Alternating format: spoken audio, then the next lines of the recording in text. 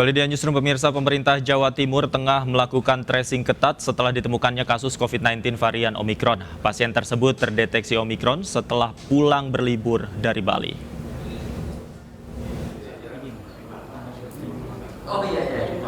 Pemerintah Provinsi Jawa Timur melakukan tracing secara ketat dan karantina khusus setelah salah seorang warganya terdeteksi COVID-19 varian Omikron. Pasien tersebut merupakan satu keluarga usai melakukan liburan ke Bali. Meski demikian, pasien Omikron tersebut dalam kondisi baik tanpa mengalami gejala. Dari total keluarga yang dilakukan swab sebanyak 15 orang, 2 diantaranya terkonfirmasi positif COVID-19, terdiri dari nenek dan cucunya. Dari 2 orang tersebut yang terpapar varian Omikron hanya sang nenek.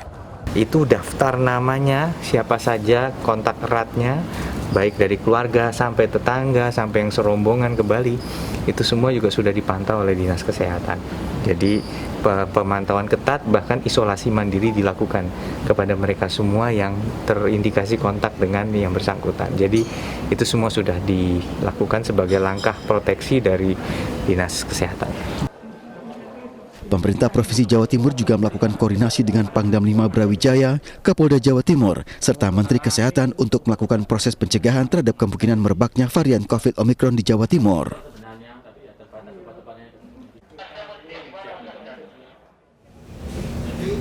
Pembelajaran tatap muka dengan kapasitas 100% sudah dimulai, namun masih banyak ditemukan sekolah yang tidak disiplin dalam menerapkan protokol kesehatan.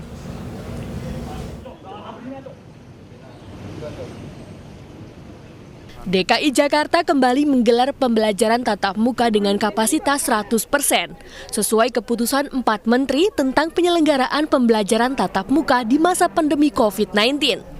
Dalam pelaksanaannya, para siswa diwajibkan mengikuti prokes yang telah ditentukan. Pembelajaran berlangsung dari Senin hingga Jumat dengan durasi pembelajaran 6 jam per hari. Namun jika ada warga sekolah yang terpapar COVID-19, maka pembelajaran tatap muka akan dihentikan selama 5 hari. Wakil Gubernur Ahmad Riza Patria mengimbau orang tua siswa juga ikut membantu mengawasi kegiatan siswa usai pembelajaran tatap muka. Tenaga pendidikan punya keterbatasan, semua sangat bergantung pada kita semua dan utamanya orang tua. Kita punya pengalaman kasus-kasus kemarin ketika PTM dibuka berapa persen, banyak anak-anak pulang sekolah tidak langsung pulang ke rumah, mampir ke rumah teman, main dan sebagainya, sehingga ada penambahan COVID. Sementara itu, Wali Kota Tangerang Arief Wismansyah menegur pihak sekolah karena pelaksanaan pembelajaran tatap muka 100% tidak sesuai protokol kesehatan. Saat belajar berjalan, jarak duduk antara siswa di dalam kelas sangat ketat. Sejumlah siswa diminta untuk menggeser bangku dan meja agar tetap menjaga jarak sejauh lebih dari 1 meter.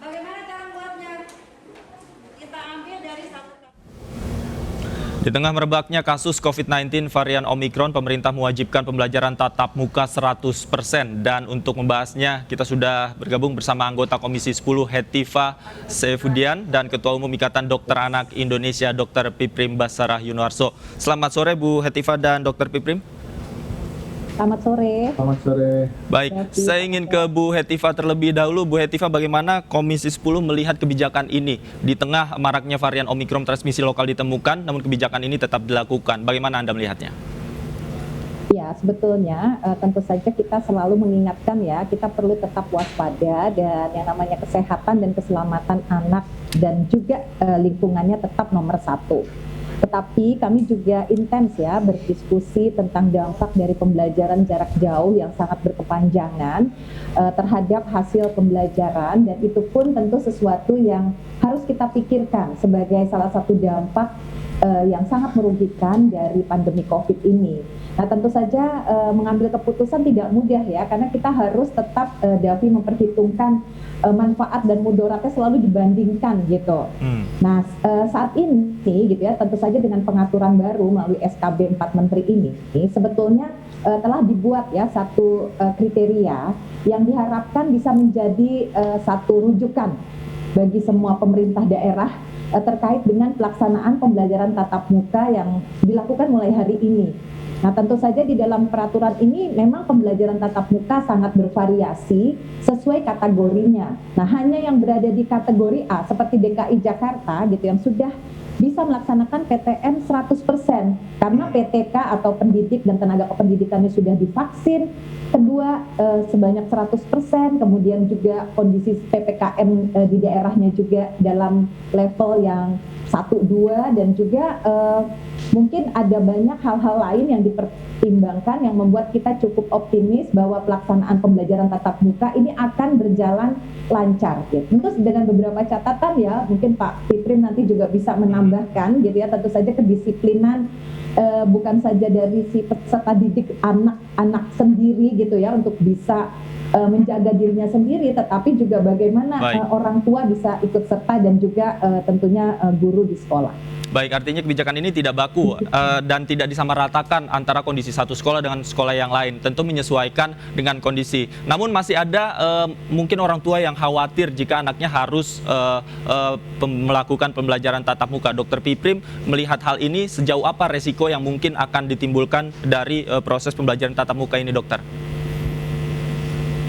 Baik, jadi sebetulnya kami dari IDAI sudah mengeluarkan rekomendasi terbaru pada tanggal 2 Januari kemarin ya.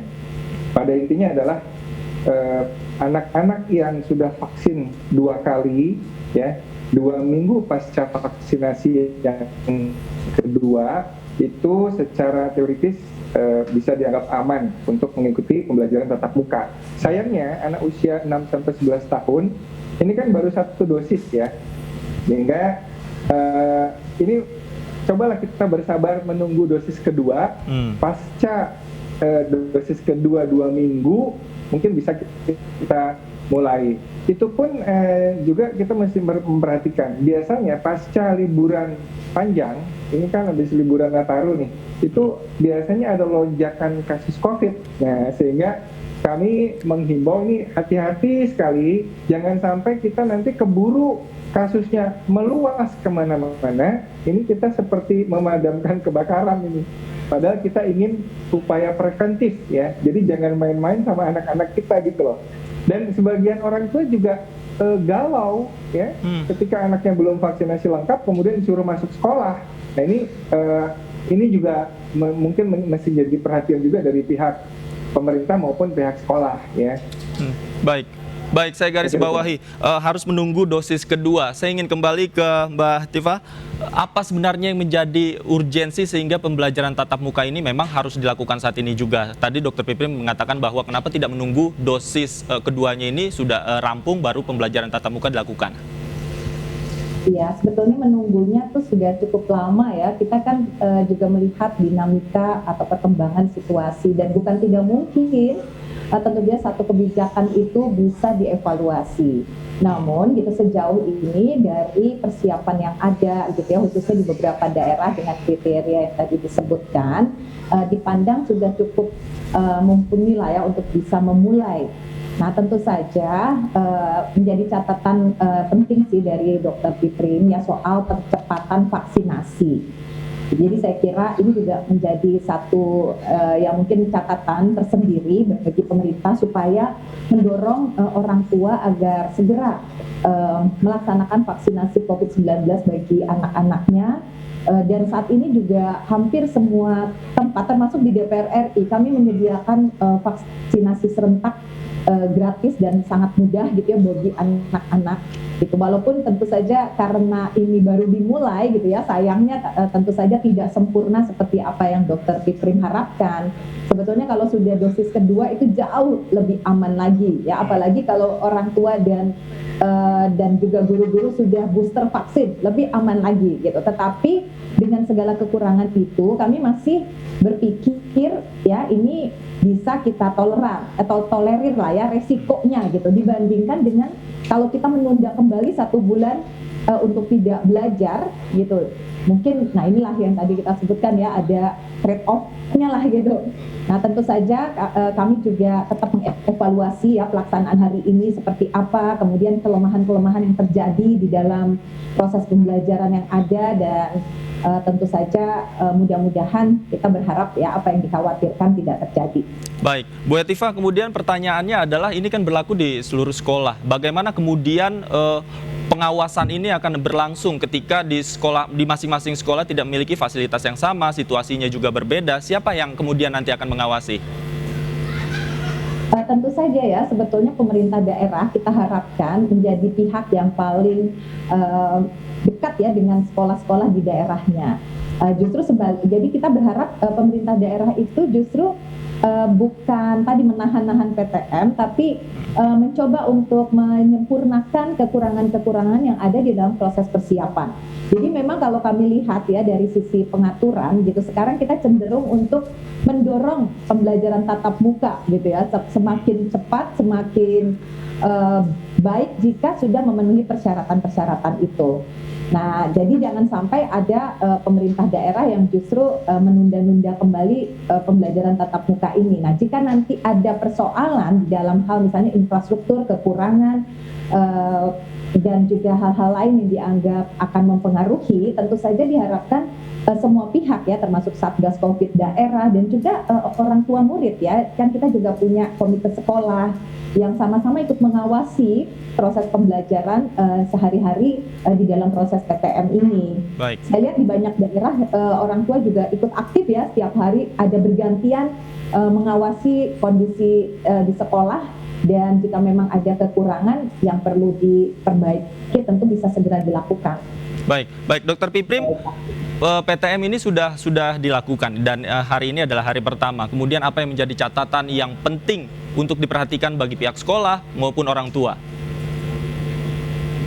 Baik, yang pertama adalah tidak semua orang tua sepakat untuk masuk ke Bali ya, apalagi sebelum vaksinasi lengkap ya. Ini banyak yang mengadu kepada kami ya, dokter-dokter anak.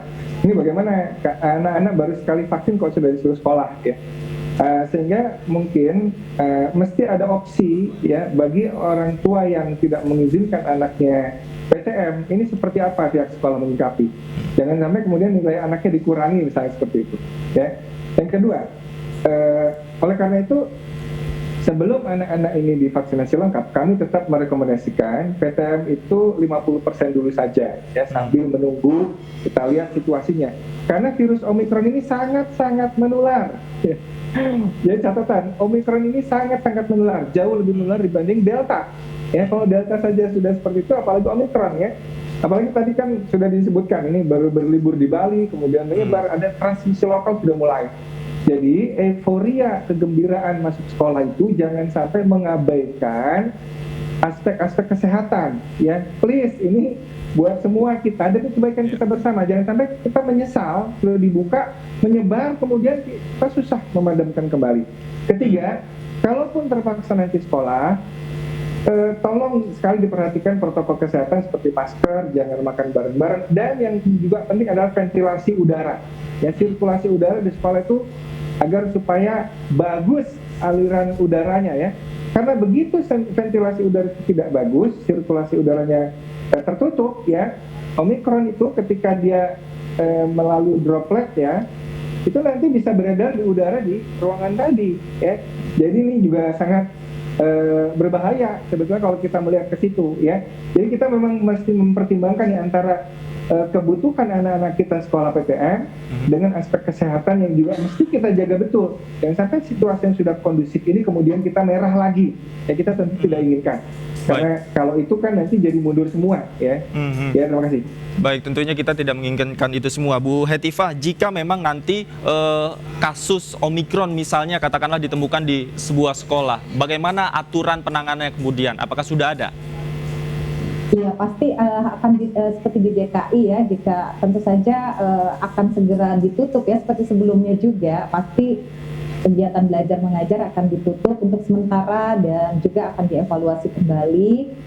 Tetapi catatan-catatan dari Dr. Piprim saya kira itu menjadi masukan kebijakan yang bagus juga gitu ya. Pertama tadi apabila masih ada orang tua yang merasa cemas gitu ya dan tidak mengizinkan anaknya sekolah, tidak seperti sebelumnya yang masih dilakukan kegiatan pembelajaran jarak jauh, jadi hybrid ya, ada yang PTM, ada yang PJJ. Sekarang mungkin untuk yang sudah 100% opsi PJJ-nya memang dihilangkan gitu ya dengan alasan tadi untuk memberikan mungkin motivasi yang lebih besar bagi orang tua untuk mempercayakan anak-anaknya mengikuti PTM. Namun dengan perkembangan teknologi sekarang yang juga makin maju, sebetulnya kita juga dengan adanya mungkin upaya untuk melakukan pembelajaran tatap muka bukan berarti kemudian tidak memanfaatkan kembali gitu ya keterampilan kita untuk bisa belajar jarak jauh. Nah, ini mungkin salah satu hal yang juga penting untuk kita. Baik, aturannya sudah ada, mudah-mudahan bisa terimplementasi dengan baik dan juga evaluasi kita harapkan juga terus dilakukan, khususnya didorong vaksinasi terhadap anak dan siswa sekolah. Terima kasih sekali lagi Ibu Hetifah dan Dr. Piprim sudah bergabung bersama kami di iNewsroom. Selamat malam.